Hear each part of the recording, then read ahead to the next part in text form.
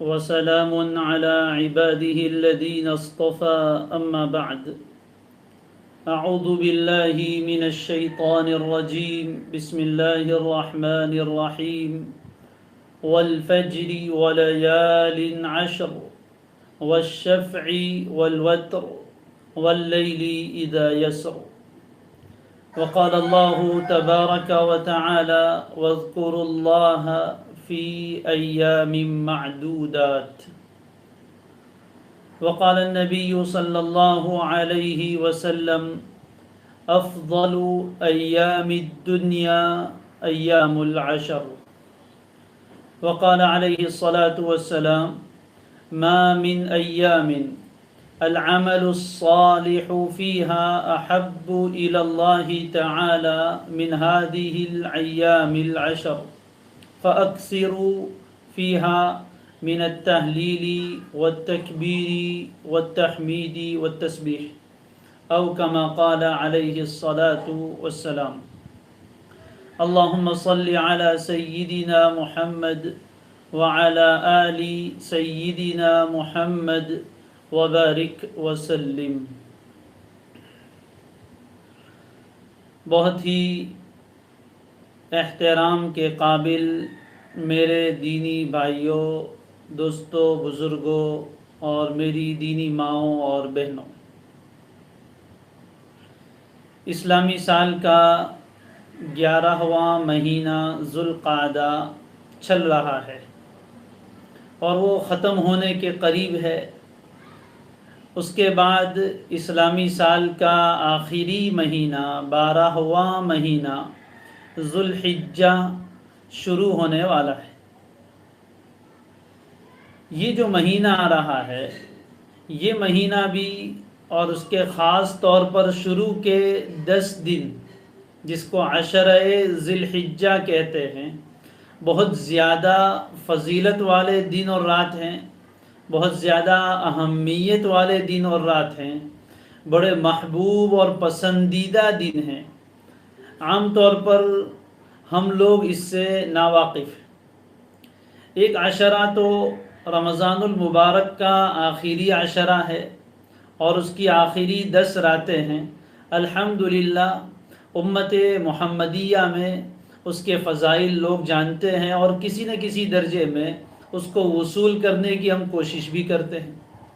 لیکن یہ جو 10 دن اور 10 راتیں آ رہی ہیں، عام طور پر ہم اس کے فضائل سے واقف نہیں ہیں، ہمیں پتہ ہی نہیں ہے کہ ان کے کیا فضائل ہیں، اور ان میں ویسا عمل کا اہتمام بھی نہیں ہوتا جیسا رمضان کے آخری عشرے میں ہوتا ہے.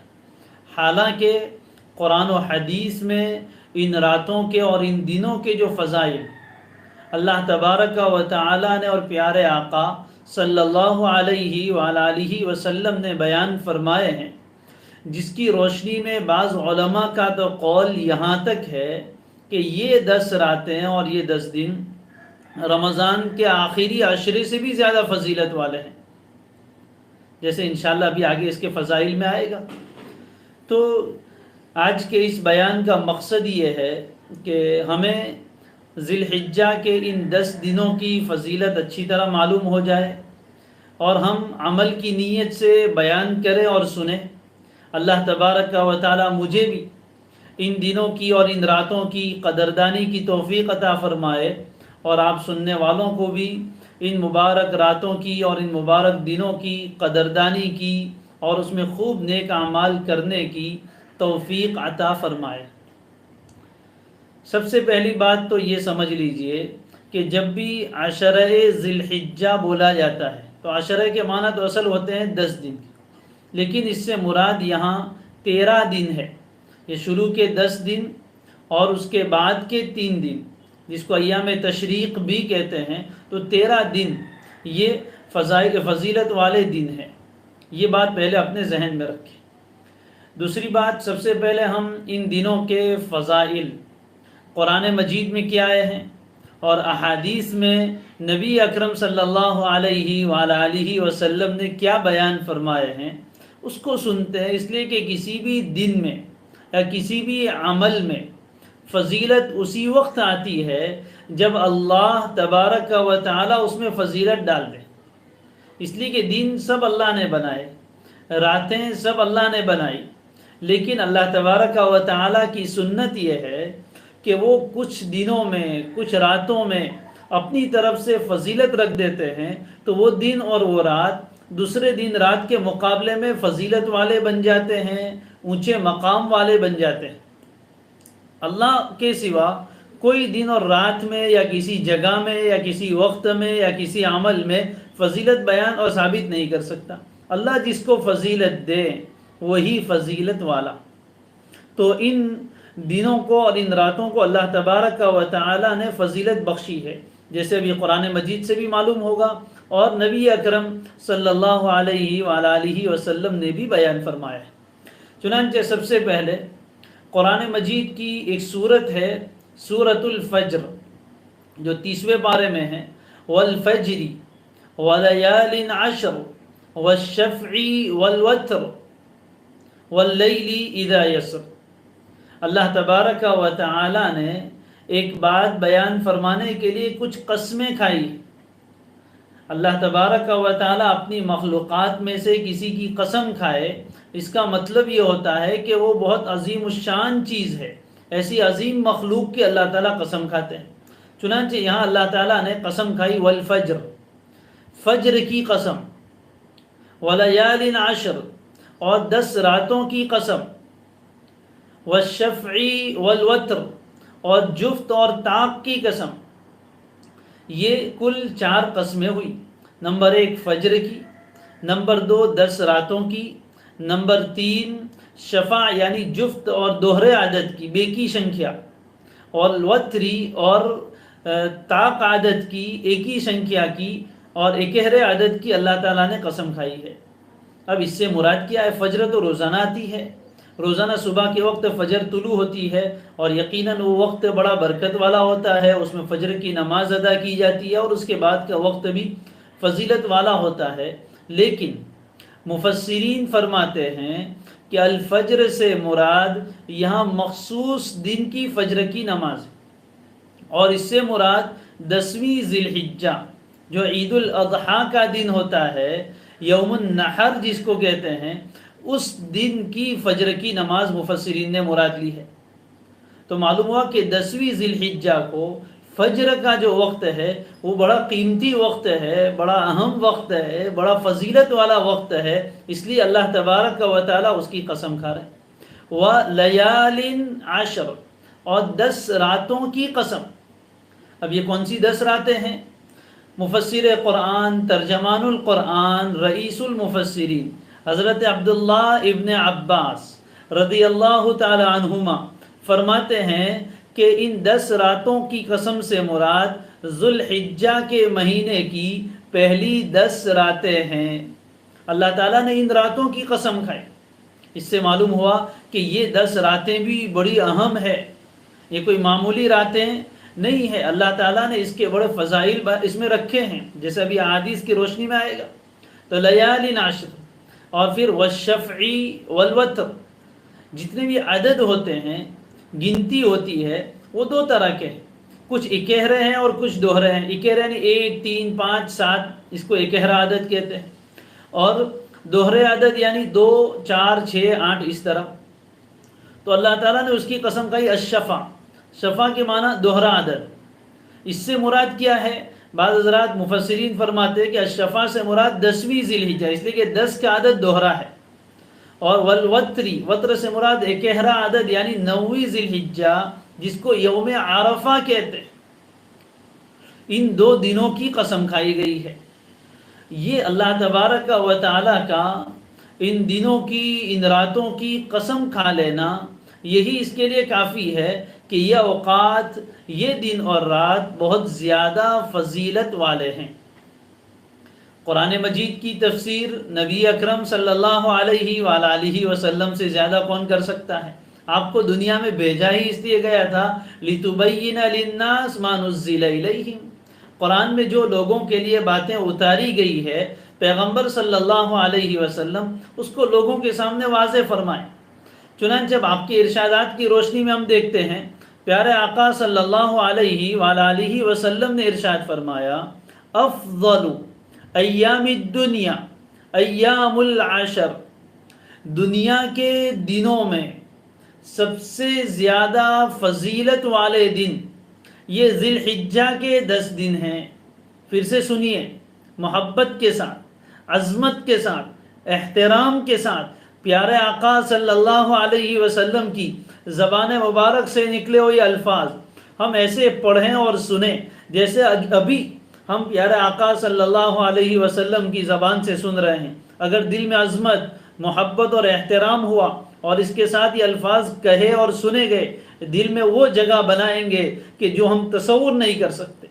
پھر سے سنیے، میرے اور آپ کے پیارے آقا سیدنا و شفیعنا و حبیبنا محمد الرسول اللہ صلی اللہ تعالی علیہ وآلہ وسلم نے اپنی زبان مبارک سے ارشاد فرمایا افضل ایام الدنیا ایام العشر، دنیا کے دنوں میں سب سے زیادہ فضیلت والے دن ذی الحجہ کے 10 دن ہیں۔ کون فرما رہا ہے؟ پیارے آقا صلی اللہ علیہ وسلم خود فرما رہے کہ دنیا کے جتنے دن ہیں ان میں سب سے زیادہ فضیلت والے دن یہ 10 دن ہیں۔ آقا کا یہ ارشاد کیا ہمارے لیے کافی نہیں ہے کہ جن کو پیارے آقا صلی اللہ علیہ وسلم سب سے زیادہ فضیلت والے دن بتائے، اس میں ایک مومن کو کتنا اہتمام ہونا چاہیے اور اس کو اعمال کی کتنی فکر ہونی چاہیے، اس کے اعمال میں کتنی کثرت اور زیادتی ہونی چاہیے، یہ بات واضح ہے۔ پھر آپ نے فرمایا کہ ان دنوں کی فضیلت کیوں ہے؟ ما من ایام العمل الصالح فیہا احب الی اللہ تعالی من هذه الایام العشر، فرمایا دنوں میں سے کوئی دن ایسے نہیں ہیں جن میں کیے ہوئے اعمال، جن میں کیے ہوئے نیک اعمال، عمل صالح، جن میں کیے ہوئے نیک اعمال اللہ کو زیادہ پسند ہو ان 10 دنوں کے اعمال کے مقابلے۔ مطلب یہ ہوا کہ ان ذی الحجہ کے 10 دنوں میں کیے ہوئے نیک اعمال اللہ کے نزدیک باقی دنوں میں کیے ہوئے نیک اعمال سے زیادہ محبوب اور پسندیدہ ہے۔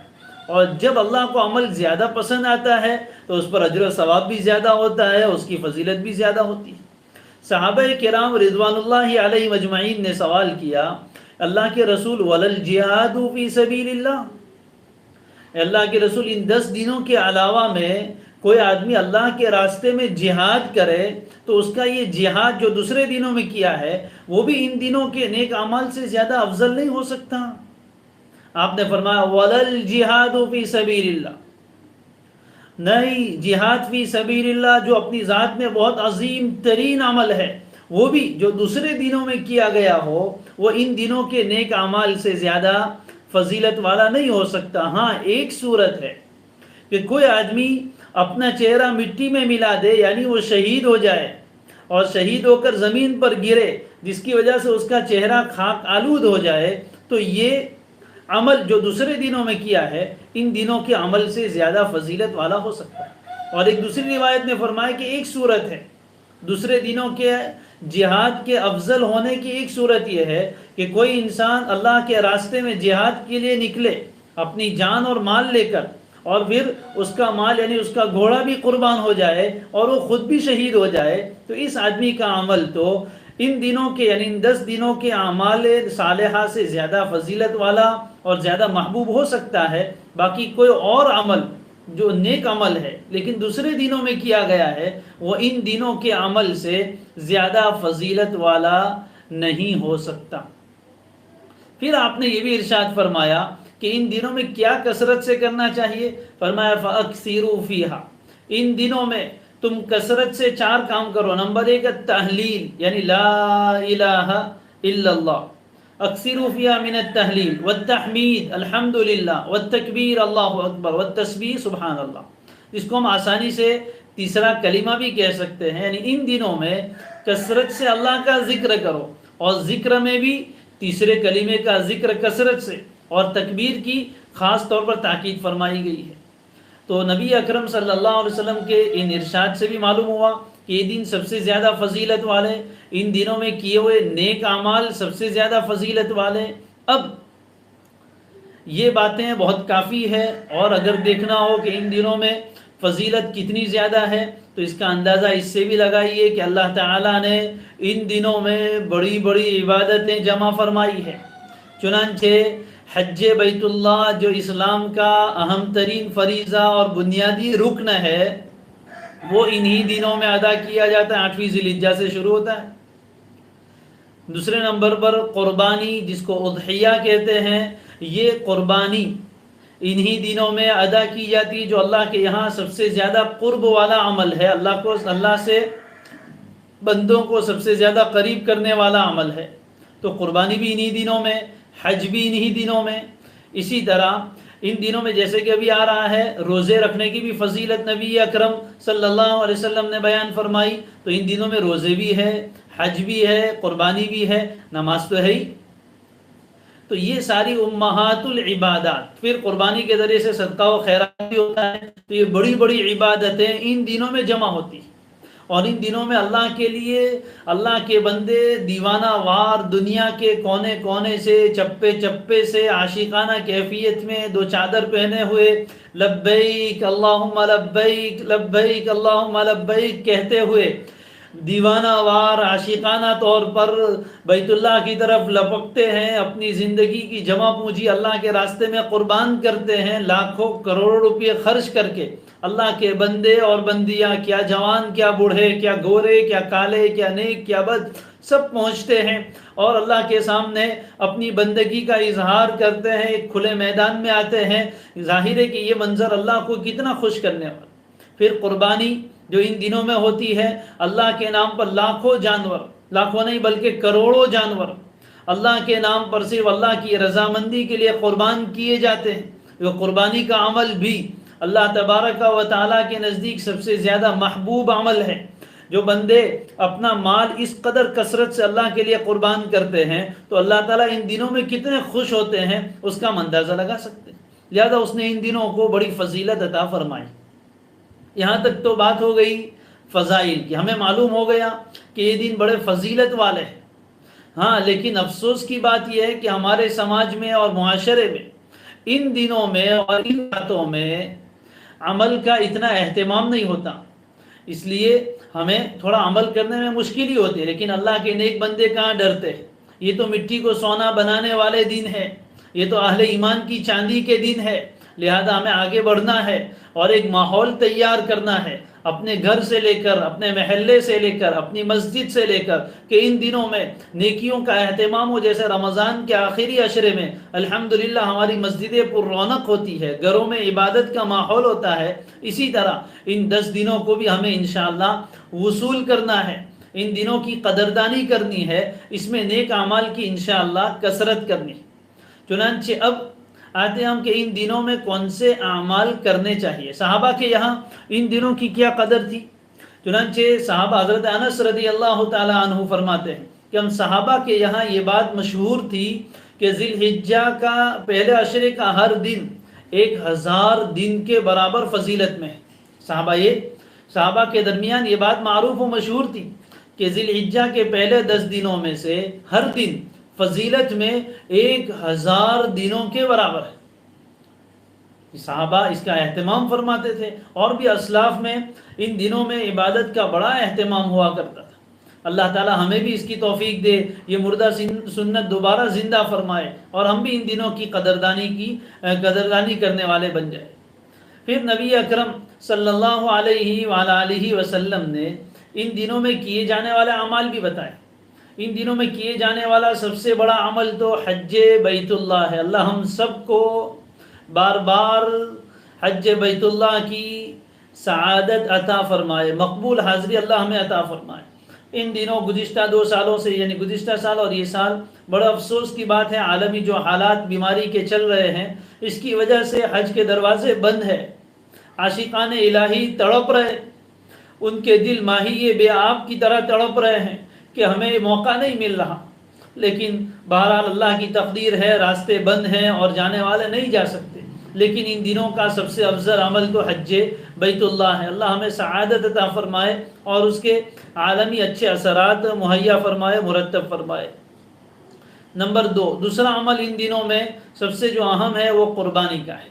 اللہ تبارک و تعالی نے جس کو بھی وسعت دی ہے، جس پر قربانی واجب ہے، وہ قربانی کا اہتمام کرے اور ابھی سے اس کی فکر کرے، اپنے پیسے الگ کر لیں۔ اللہ نے موقع دیا ہے تو قربانی کے جانور لا کر اس کی خدمت کرے، ان کے ساتھ محبت کا معاملہ کرے، تاکہ جب قربانی کے دن آئے اس وقت تک اس جانور کے ساتھ دل لگ چکا ہو اور پھر اپنے دل سے اس کی قربانی اللہ کے سامنے پیش کر سکے۔ عاشقانہ عبادت ہے، یہ کوئی بوجھ نہیں ہے جو اتار دیا جائے، اس لیے اپنا دل کھول کر اپنا مال قربانی پر لگائیں، واجب قربانی بھی ادا کرے۔ اللہ نے اور زیادہ وسعت دی ہے، مال دیا ہے، نفلی قربانی بھی کرے، پیارے آقا صلی اللہ علیہ وسلم کے لیے بھی قربانی کرے، اپنے مرحومین کے لیے بھی کرے، صحابہ کے لیے، جس کے لیے اللہ توفیق دے، نفلی قربانیوں کا بھی اہتمام کرے۔ یہ دوسرا عمل ہے۔ ابھی مجھے قربانی کے فضائل مستقل ہے، لیکن چونکہ آج کا میرا ٹاپک ذی الحجہ کے 10 دنوں کے فضائل ہے اور اس میں کون سے اعمال ہے وہ ہے، اس لیے میں مختصر ذکر کر رہا ہوں۔ تیسرا عمل، یہ 2 عمل تو ہو گئے، اس کے بعد تیسرا عمل ان راتوں کی عبادت ہے۔ ابھی میں نے ذکر کیا تھا وَلَيَالٍ عَشْرٍ، 10 راتوں کی اللہ نے قسم کھائی، اور نبی اکرم صلی اللہ علیہ وآلہ وسلم نے ارشاد فرمایا ہے کہ ان راتوں میں سے ہر رات کی عبادت شب قدر کی عبادت کے طرح ہے، شب قدر کی عبادت کے برابر ہے۔ اس سے شب قدر کی جو امتیازی شان ہے اس پر کوئی فرق نہیں آتا، وہ تو اپنی جگہ، لیکن ان راتوں میں سے ہر رات کی عبادت شب قدر کی عبادت کا درجہ رکھتی ہے۔ لو، رمضان کی شب قدر تو معلوم نہیں کون سی رات میں آتی ہے، یقیناً اس کا اہتمام کرنا چاہیے، اس کی فکر کرنی چاہیے، لیکن پتہ نہیں ہے کون سی رات میں آئے گی۔ لیکن یہاں تو ہر رات کی عبادت کو شب قدر کی عبادت کی طرح قرار دیا گیا ہے، لہذا ان راتوں میں، ان 10 راتوں میں عبادت کا خاص اہتمام کیا جائے۔ ذو الحجہ کے چاند پر ہم نظر رکھیں، چاند ہوتے ہی رات شروع ہو جاتی، جب پہلا چاند ہو جائے ذی الحجہ کا، وہاں سے یہ 10 راتیں مبارک شروع ہو۔ ان راتوں میں اللہ جس کو زیادہ توفیق دے وہ اہتمام کرے، لیکن کم از کم ہم میں سے ہر آدمی اتنا ضرور اہتمام کریں کہ مغرب، عشاء اور فجر، مرد حضرات ان تینوں نمازوں کو اہتمام کے ساتھ، جماعت کے ساتھ، تکبیر اولیٰ کے ساتھ پڑھنے کا اہتمام کریں، اس لیے کہ مغرب بھی رات میں آتی ہے، عشاء بھی رات میں آتی ہے، یہ 2 نمازیں رات میں آئی، اور فجر کی نماز بھی جماعت کے ساتھ پڑھی، تو حدیث شریف میں جو آدمی عشاء کی نماز جماعت کے ساتھ پڑھے وہ ایسا ہے گویا اس نے آدھی رات قیام کیا نہیں عبادت کی، اور جو فجر کی نماز جماعت کے ساتھ پڑھے وہ ایسا ہے جیسے اس نے باقی آدھی رات قیام کیا نہیں عبادت کی۔ تو گویا عشاء اور فجر جماعت کے ساتھ پڑھ لینے کی صورت میں پوری رات قیام کی فضیلت حاصل ہو جاتی ہے۔ اس کے بعد اللہ تعالیٰ توفیق دے، مغرب کے بعد کچھ نفلیں پڑھ لیں جس کو اوابین کہتے ہیں، کچھ تلاوت کا اہتمام کر لیں، عشاء کے بعد اللہ توفیق دے تو کچھ معمولات پورے کر لیں، اور اللہ توفیق دے تو تہجد میں اٹھیں ضرور۔ ابھی آگے دوسرا ایک عمل روزے کا بھی آ رہا ہے، تو تہجد کا اہتمام کر لے، اس وقت اللہ سے مانگ لے۔ یہ کتنی ناشکری کی بات ہے کہ اللہ تو دینے کے لیے تیار اور ہم بستر پر پڑے ہوئے ہوں، اس لیے ان راتوں میں ہم ان عبادتوں کا ضرور اہتمام کریں۔ تو یہ راتوں کو عبادت، چنانچہ بہت سے اسلاف سے منقول ہے کہ ان راتوں میں اپنے چراغ نہ بجھاؤ، یعنی تلاوت میں اور عبادت میں رات گزارو، لہذا جتنا ہو سکے ان راتوں میں عبادتوں کا اہتمام کرنا ہے۔ یقین جانیے اللہ کی طرف سے رحمت کے جھونکے چلیں گے، اس کے سامنے اپنے آپ کو پیش کرنا ہے۔ ہم عبادت میں لگے ہوئے ہوں، ایک طرف حجاج کرام اپنے عشق و مستی کی کیفیت میں اللہ کے گھر کے ارد گرد طواف کر رہے ہو، اللہ سے اس کی رحمت مانگ رہے ہو، اور ہم اپنے گھر کے کونے میں بیٹھ کر اللہ سے مانگیں گے، یقیناً اللہ ہمیں بھی محروم نہیں کرے گا۔ تو راتوں کی عبادت شب قدر کے برابر قرار دی گئی۔ چوتھا عمل ہے ان 10 دنوں کے روزے رکھنا۔ 10 دن سے مراد 9 دن ہے۔ 10ویں ذی الحجہ کو عید الاضحیٰ ہے، اس دن روزے رکھنا جائز نہیں، حرام ہے۔ تو 9 دن، 10 دن کے روزے کہے جائے، اس سے مراد 9 دن کے روزے ہیں، یعنی پہلی ذی الحجہ سے لے کر 9ویں ذی الحجہ تک نفل روزے رکھنا۔ ان دنوں کے روزے کے بارے میں نبی اکرم صلی اللہ علیہ وسلم نے بیان فرمایا ہے کہ ان میں سے ہر دن کا روزہ ایک سال کے روزے کے برابر ثواب رکھتا ہے۔ ذی الحجہ کے پہلے 10 دنوں میں سے ہر دن کا روزہ ایک سال کے روزے کے برابر ثواب رکھتا ہے۔ لہذا اللہ جتنی توفیق دے 9 دن کے روزے رکھیں تو بہت اچھی بات ہے۔ اگر اتنے رکھنے کی ہمت نہیں ہے تو جتنے ہو سکے اس کا اہتمام کریں، اور پھر اس میں بھی 9ویں ذی الحجہ یعنی عید سے اگلا دن، جس کو یوم عرفہ کہتے ہیں، جس دن حجاج کرام عرفہ کے میدان میں جمع ہوتے ہیں، یہ دن، اس دن کے روزے کے بارے میں نبی اکرم صلی اللہ علیہ وسلم نے متعدد فضیلتیں بیان فرمائی۔ چنانچہ ایک روایت میں فرمایا کہ میں اللہ سے امید رکھتا ہوں کہ عرفہ کے دن کا روزہ ایک سال کے پچھلے اور ایک سال کے اگلے گناہ معاف کروا دے، یعنی 2 سال کے گناہ اللہ معاف فرماتے ہیں۔ بعض روایتوں میں ہے کہ عرفہ کے دن کا روزہ رکھنے سے 2 سال کے روزے کا ثواب ملتا ہے۔ پہلے 8 دن میں ایک سال کا ہے، عرفہ کے دن میں 2 سال کے روزے کا ثواب۔ یہ بڑا اہم ترین روزہ ہے، لہذا کم از کم عرفہ کے دن کے روزے کا تو ضرور اہتمام کریں، اور اللہ تعالیٰ توفیق دیں تو 9 دن کے روزے رکھیں۔ نفس پریشان کریں، منع کریں تو اس کو سمجھائیں کہ کب تک پیٹ کی پوجا کرتے رہیں گے، یہ پیٹ قبر میں جا کے پھٹنے والا ہے، تھوڑی سی بھوک برداشت کر لیں گے، تھوڑی سی پیاس برداشت کر لیں گے، اس پر جو فضیلت ملے گی وہ کتنی بڑی ہے۔ تو پہلا عمل حج بیت اللہ، دوسرا عمل قربانی، تیسرا ان راتوں کی عبادت، چوتھا عمل روزے، پانچواں عمل ان دنوں میں خاص طور پر نبی اکرم صلی اللہ علیہ وسلم نے جن کی تاکید فرمائی ہے وہ ہے کثرت ذکر اللہ کی کثرت ہو ان دنوں میں خصوصاً، اور اللہ ان دنوں کی برکت سے ہمیں پوری زندگی ذکر کی کثرت کرنے والا بنائے۔ چلتے پھرتے، اٹھتے بیٹھتے ہماری زبان ذکر سے تر و تازہ رہے، اور خصوصاً تیسرا کلمہ تسبیح سبحان اللہ، تحمید الحمدللہ، تکبیر اللہ اکبر، تحلیل لا الہ الا اللہ، یہ تیسرا کلمہ، اس کا اہتمام کریں جتنا ہو سکے زیادہ سے زیادہ۔ چنانچہ آپ نے خود فرمایا کہ ان دنوں میں ان 4 چیزوں کی کثرت کرو، لہذا ہمیں چاہیے کہ ہم اپنا ایک ٹارگیٹ بنائیں کہ مجھے کتنی مرتبہ تیسرا کلمہ پڑھنا ہے۔ کم از کم دن میں 300 مرتبہ اور رات میں 300 مرتبہ کا اہتمام ہو جائے تو بہت بڑی بات ہے۔ اللہ ہمیں اس کی توفیق دے، اور جن حضرات کو اللہ نے خاص اہتمام و ذوق عطا فرمایا ہے ان کا تو ہزاروں کی تعداد میں پہنچتا ہے۔ اور اگر صلاۃ التسبیح پڑھ لی جائے تو اس میں تیسرا کلمہ 300 مرتبہ خود ہی آ جاتا ہے، تو یہ تو بہت بڑی غنیمت ہے، اور اس کے فضائل اپنی جگہ ملیں گے، تیسرا کلمہ بھی ساتھ میں ہو جائے گا۔ تو اللہ جس کو توفیق دے صلاۃ التسبیح کا بھی اہتمام کرے، اور اگر وہ نہیں ہو سکتا تو کم از کم چلتے پھرتے بھی اپنی زبان سے ذکر کو تر و تازہ رکھے، اور تکبیر کی کثرت کرے۔ یہ دن ہی تکبیر کے ہیں، اللہ کے نام کو بلند کرنے کے، دل میں بھی اللہ کی بڑائی ہو، زبان پر بھی اللہ کی بڑائی ہو، جانور خریدتے ہوئے بھی اللہ کی تکبیر ہو۔ یہ بھی ایک غفلت کا ماحول ہوتا ہے ہمارے یہاں ان دنوں میں، الحمدللہ لوگ قربانی کے جانور تلاش کرنے جاتے ہیں، منڈیوں میں جاتے ہیں، جگہ جگہ، تو وہاں غفلت کا ایک ماحول، نمازوں کا اہتمام نہیں ہوتا، اور گویا کہ بس یہ کھانے پینے کی چیزیں چل رہی، نہیں، یہ تو عبادت ہے۔ لہذا جب جانور خریدنے کے لیے جائے تو دل میں اللہ کی عظمت ہو، محبت ہو، اللہ کے نام پر قربانی کرنے کا شوق ہو، اور جب جانور خریدے اس وقت بھی تکبیر پڑھیں، جانور کو چارہ دے رہے ہو تب بھی تکبیر پڑھیں، اس کو بھی تکبیر سے خوب مانوس کر، اور چلتے پھرتے بھی تکبیر کا اہتمام کیا کرے۔ ان 10 دنوں میں تکبیر کثرت سے پڑھنی چاہیے۔ صحابہ کے بارے میں ہے، حضرت انس رضی اللہ تعالیٰ عنہ، غالباً حضرت عبداللہ ابن عمر رضی اللہ تعالیٰ عنہما ان دنوں میں مدینہ منورہ کے بازار میں جاتے، اور لوگ خرید و فروخت میں مشغول ہوتے، وہاں جا کر زور سے تکبیر پڑھتے تھے، اور ان کی آواز سن کر سارے لوگ بازار میں تکبیر کی آواز بلند کرتے، اور مدینہ تکبیر کی آواز سے گونج اٹھتا تھا۔ یہ اہتمام ان کے یہاں تھا۔ ہمارے یہاں یہ سنت چھوڑ دی گئی، لوگوں کو تکبیر پڑھنے میں شرم آتی ہے، اپنے گھر میں نہیں پڑھ سکتے۔ اللہ کے واسطے گھر میں تکبیر کا ماحول بنائیں، بچوں کے ساتھ مل کر تکبیر پڑھیں، بیوی کے ساتھ مل کر تکبیر پڑھیں، اور گھر کی دیواریں تکبیر کی آواز سے آشنا ہو، اپنے کاروبار کی جگہوں پر، دکانوں پر تکبیر پڑھیں۔ ان دنوں میں تکبیر کا اہتمام، تو ذکر کی کثرت ہونی چاہیے، اس کے ساتھ تلاوت کی بھی کثرت کریں، جتنا ہو سکے تلاوت بھی بڑھا دیں، اور صدقات و خیرات کا اہتمام کریں۔ اور ایک اہم عمل ان دنوں میں تکبیر تشریق ہے۔ تکبیر تشریق، اس کاف سے نہیں قاف سے ہے۔ تکبیر تشریق یعنی فرض نمازوں کے بعد جو تکبیر پڑھی جاتی ہے، وہ تکبیر شروع ہوتی ہے 9ویں ذی الحجہ یعنی یوم عرفہ، 9ویں ذی الحجہ کی فجر کی نماز سے شروع ہوتی ہے اور 13ویں ذی الحجہ کی عصر تک باقی رہتی ہے۔